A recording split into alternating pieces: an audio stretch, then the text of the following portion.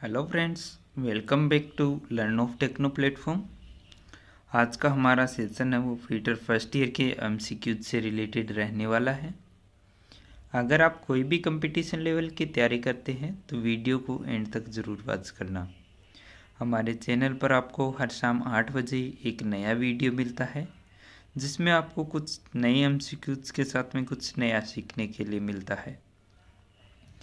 आज का हमारा फर्स्ट क्वेश्चन है, एल्यूमिनियम धातु का रंग क्या होता है? What is the colour of aluminium metal? क्या मंद सफ़ेद है, चमकदार सफ़ेद है या फिर ब्लूइश ग्रे रंग होता है? इम्पोर्टेंट क्वेश्चन है। मेटल के रंग है वो पूछ लिए जाते हैं, कलर्स पूछ लिए जाते हैं। तो एल्यूमिनियम के रंग की यहाँ पर बात की गई है। तो एल्यूमिनियम का हमारा कलर जो रहता है नॉर्मली सफ़ेद कलर रहता है। तो बी इसका राइट आंसर हो जाता है। नेक्स्ट क्वेश्चन है, ग्राइंडिंग व्हील 3244-6H8V के विनिर्देशन में H क्या दर्शाता है? What does H stand of in the specification of grinding wheel 44-6H8V? इसमें H की बात यहाँ पर की गई है तो 32 को हम काट देते हैं। उसके बाद में बचता है हमारा abrasive, grain size, grade, structure और बॉन्ड। ठीक है, हर बार क्वेश्चन में मैं आपको ये स्पेसिफिकेशन बताता आता हूँ, नीचे ही आपको अभी तक याद हो गया होगा। तो H का आंसर है वो आपको कमेंट बॉक्स में देना है कि H है वो क्या डिनोट करता है। क्या ग्रेन साइज, क्या अपघर्षक का प्रकार, ग्रेड या फिर स्ट्रक्चर? ए, बी, सी और डी में से क्या राइट आंसर हो जाएगा? अगर आपने हमारे पीछे के सभी वीडियो देखे हैं तो निश्चित ही आप इस क्वेश्चन का आंसर है वो दे पाएंगे। ये क्वेश्चन है, ये वेरी इंपॉर्टेंट क्वेश्चन है।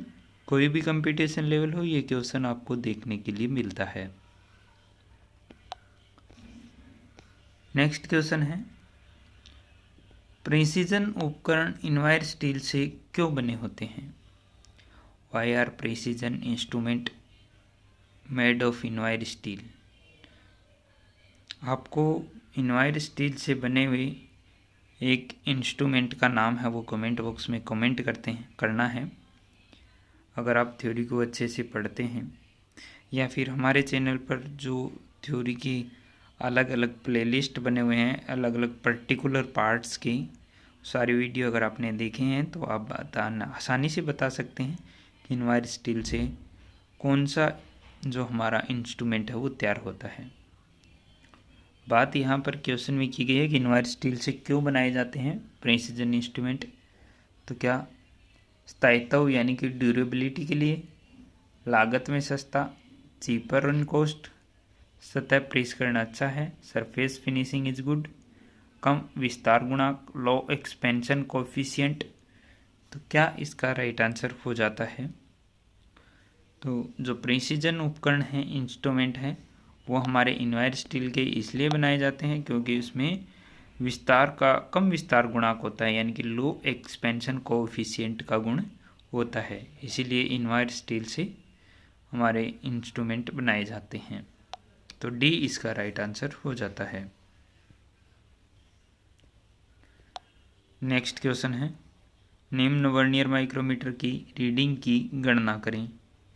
Calibrate the reading of the following vernier micrometer. Vernier micrometer आप देख सकते हैं यहाँ पर वर्नियर रीडिंग दी गई है, तो निश्चित ही हमारा क्या है, वर्नियर माइक्रोमीटर है। जिस लाइन को एक्स से डिनोट कर रहा है वो लाइन है वो मैच कर रही है। ठीक है, तो इसकी रीडिंग को हमें देखना है। तो रीडिंग हम यहाँ पर देख सकते हैं कि 10 से यहाँ पर ज़्यादा खुला हुआ है। ठीक है, 10.5 mm तक तो यहाँ पर खुला हुआ है, लेकिन 10.5 तो यहाँ पर जो ऑप्शन में दे ही नहीं रखा हमें, लेकिन हम फिर भी इसको क्या है सही पढ़ेंगे, जितना खुला हुआ है ऑप्शन के अकॉर्डिंग हम नहीं जाएंगे। तो 10.5 तो हमारा खुला हुआ है। ठीक है, इसके बाद में 45, 46 और 47 भाग इसके खुले हुए हैं, यानी कि 47 भाग हमारे क्या है, थिम्बल डिवीज़न के खुले हुए हैं। ठीक है, और उसके बाद में आगे की बात करें तो 2 और 4 नंबर वाली लाइन यहाँ पर मिल रही है, तो यानी कि 0.004। तो इसका आंसर क्या होगा, 4, 7, 9, 10.974 millimetre is the right answer. ठीक है, ऑप्शन में हमें नहीं दिया हुआ है। ठीक है, और अगर आप फीटर फर्स्ट ईयर के स्टूडेंट हैं, CBT एग्ज़ाम आप देने जा रहे हैं, वहाँ पर अगर यही सेम क्वेश्चन आता है तो आपको जो इसका राइट आंसर करना है वो करना है बी, कि 9.963 millimetre is the right answer. ये नीमी के अकॉर्डिंग इसका आंसर है।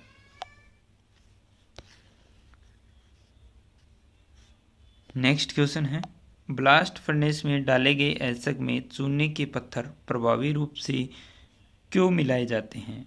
वाई इज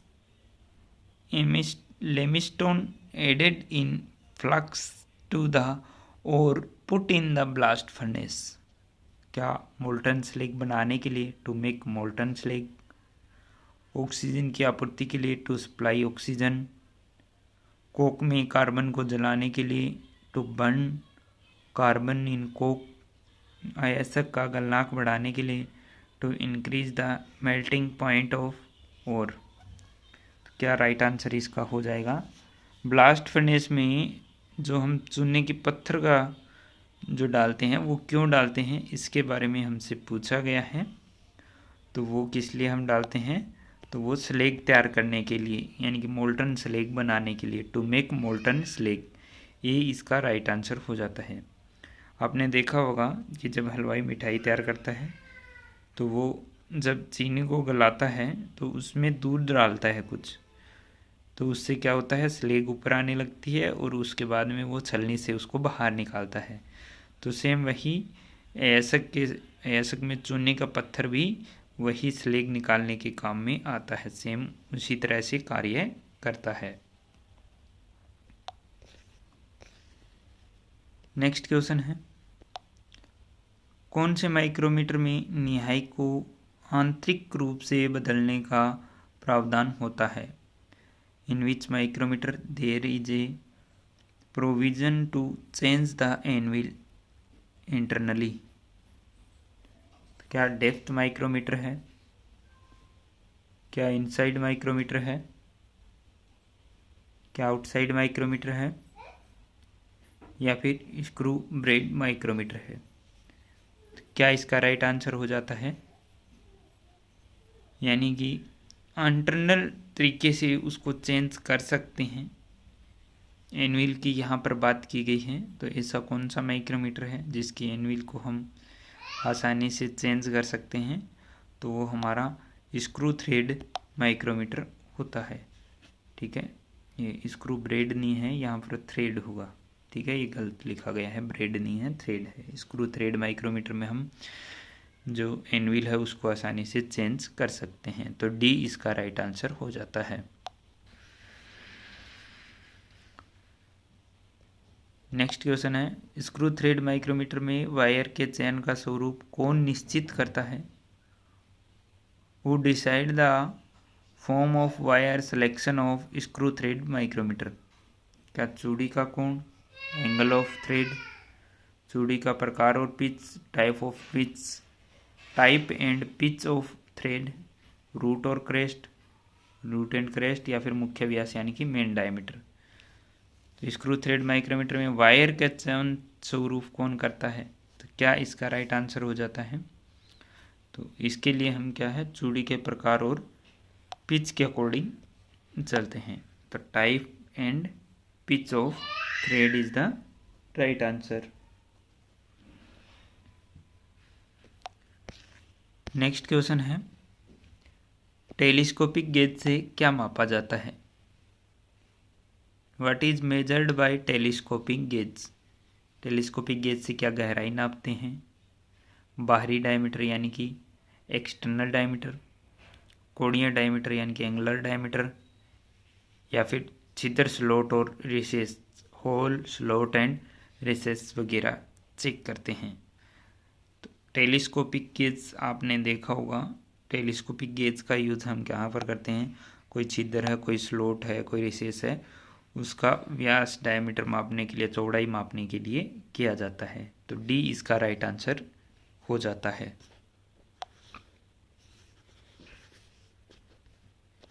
नेक्स्ट है, ब्लास्ट फर्नेस से क्या उत्पन्न होता है? What is produced by blast furnace? Blast furnace में क्या कास्ट आयरन, कच्चा लोहा तैयार होता है, ब्लो लोहा तैयार होता है, रोट आयरन यानी पिटवा लोहा तैयार होता है, या फिर सॉफ्ट आयरन यानी कि नरम लोहा तैयार होता है? तो ब्लास्ट फर्नेस की यहाँ पर बात की गई है, ठीक है। तो कास्ट आयरन होता है क्यूपोला फर्नेस में, और क्यूपोला फर्नेस में कास्ट आयरन तैयार होता है। ब्लास्ट फर्नेस में क्या तैयार होता है इसके बारे में पूछा गया है। तो ब्लास्ट फर्नेस में हमारा पिटवा लोहा तैयार होता है, ठीक है। तो इसमें क्या है, सी राइट आंसर हो जाता है। लेकिन नीमी के अकॉर्डिंग इसमें ब्लास्ट फर्नेस में कास्ट आयरन को राइट माना है, लेकिन कास्ट आयरन है, वैसे हमारा क्यूपोला फर्नेस में तैयार होता है कास्ट आयरन, पुडलिंग फर्नेस में हमारा पिग आयरन तैयार होता है, सॉरी पुडलिंग फर्नेस में रोट आयरन तैयार होता है, और ब्लास्ट फर्नेस में पिग आयरन तैयार होता है, ठीक है। तो यहाँ पर दिया हुआ नहीं है, इसी के अकॉर्डिंग क्या है, इसमें कास्ट आयरन नीमे ने कच्चा लोहा ही इसको राइट आंसर माना है। नेक्स्ट क्वेश्चन है, टेलीस्कोपिक गेज के साथ मापी जाने वाली न्यूनतम माप क्या है? What is the minimum measurement measured with A telescopic gauge? क्या 8 mm है, 12.7 mm है, 19 mm है, या फिर 15 mm है? टेलीस्कोपिक गेज के साथ मापी जाने वाली न्यूनतम माप के बारे में यहाँ पर पूछा गया है। तो टेलीस्कोपिक गेज, उससे छोटा एक हमारा होता है स्मॉल होल गेज। तो टेलीस्कोपिक गेज की यहाँ पर बात की गई है। तो टेलीस्कोपिक गेज जो हमारा होता है वो 12.7 mm से लेकर 152.4 mm तक की माप सकता है, ठीक है। एक स्मॉल होल गेज होता है, टेलीस्कोपिक गेज से जो साइज नहीं नपते, कम रह जाते हैं, तो वो होते हैं 3.6 या 3.2 से 12.7 तक। तो यहाँ पर टेलीस्कोपिक गेज की बात की गई है। तो टेलीस्कोपिक गेज से हम 12.7 मिलीमीटर की मिनिमम मेजरमेंट है वो ले सकते हैं। लेकिन इसका क्वेश्चन भी नीमी ने है वो अलग माना है। नीमी ने इसके क्वेश्चन का आंसर है वो 8 मिलीमीटर माना है। तो आप CVT एग्ज़ाम अगर देंगे फीटर फर्स्ट ईयर के स्टूडेंट है तो आपको 8 mm करता है। कोई भी कंपटीशन लेवल की तैयारी में अगर आप जाते हैं कंपटीशन का एग्ज़ाम लेने, वहाँ पर 12.7 मिलीमीटर ही राइट आंसर माना जाएगा, ठीक है। तो आज की वीडियो में बस इतना ही। वीडियो अगर आपको अच्छा लगता है तो अपने फ्रेंड सर्कल में ज़रूर शेयर कीजिए। चैनल को सब्सक्राइब नहीं किया है, सब्सक्राइब कर लीजिए। Wish you all the best.